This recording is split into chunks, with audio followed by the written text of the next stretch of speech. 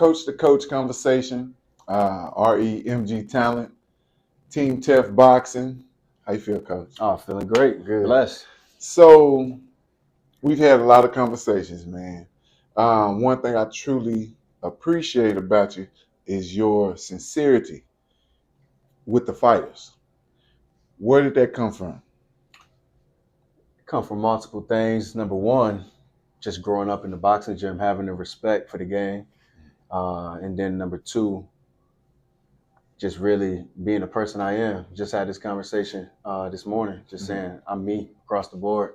If we're in the boxing gym, we're in church, we in the public, wherever. I'm just me, and I just don't bend that for nobody. And usually that comes off well. And if it don't come off well, I do the best I could to make that right. That's it. It's one of those situations where my standards are here and I ain't lowering them for nobody. Exactly. Yeah. Okay. And when I do go beneath that standard, I'm a man of integrity. I got to make that right. Indeed. And so if I do something wrong, I'm going to own up to it and hopefully seek some forgiveness and be forgiven. Got you. Okay.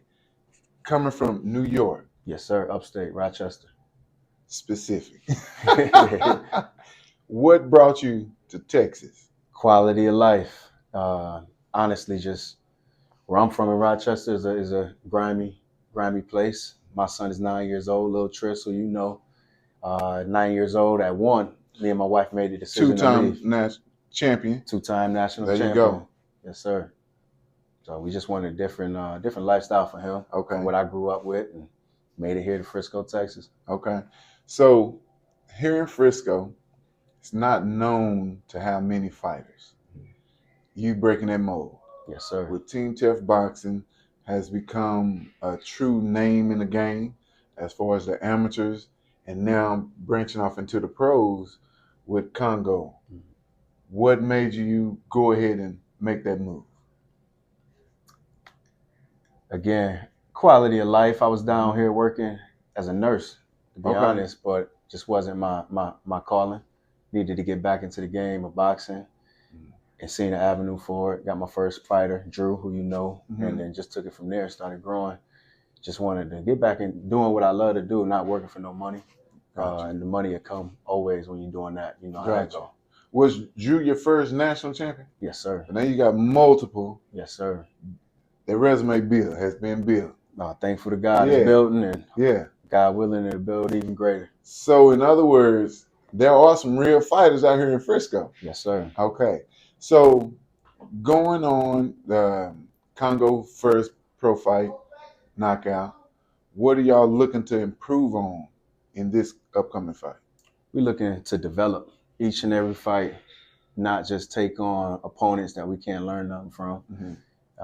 Obviously, we got to be carefully picking the opponents at this stage of the game, but we got to learn something from each. That first fight, I know it looked to the average eye that we just went and knocked the dude out in the first round, but we learned something very valuable in that fight. We had a plan to go in there and embrace being a pro with 8-ounce gloves and no headgear and take our time that first round and really just work our jab and start to pump the pace. Yeah. But the guy had different thoughts, and he came out there trying to knock Congo out, and we had to adjust. And me as a coach, I needed to see if my guy can make that adjustment.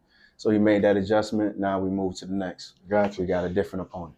Isn't it funny, though, how you can go through the amateurs and still have that if question when they turn pro? It's different.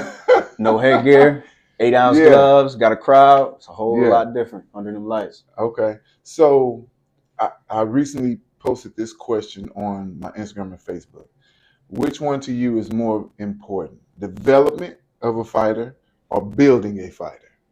I seen that question. I didn't say nothing. I didn't know how to answer it, but I think both. You gotta, like I said, you gotta develop that fighter, and like you need different types of styles of fights to develop them. But you also gotta grow that fighter, so you gotta be careful with how you develop them. Yeah, and you gotta critique daily, not on what you think you see, but what you actually seeing in that ring, both training, sparring, and fighting. You might have it mastered in the training room, but then we go spar, and you just ain't doing what we train. Then you might master it while you training and sparring, but we get under them lights, and it just ain't clicking. Different ball game. You gotta take it step by step. Got you.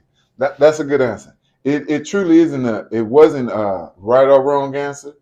I just love getting the insight of different coaches. You know what I'm saying? Because you do have those guys that totally concentrate on being built. Mm-hmm. I mean, they 10-0 fought a bunch of 0-10 guys. Yep. But once they get to that next fight against another 10-0 guy that has been developed, it's a different ball game. And it shows who's it developed and not.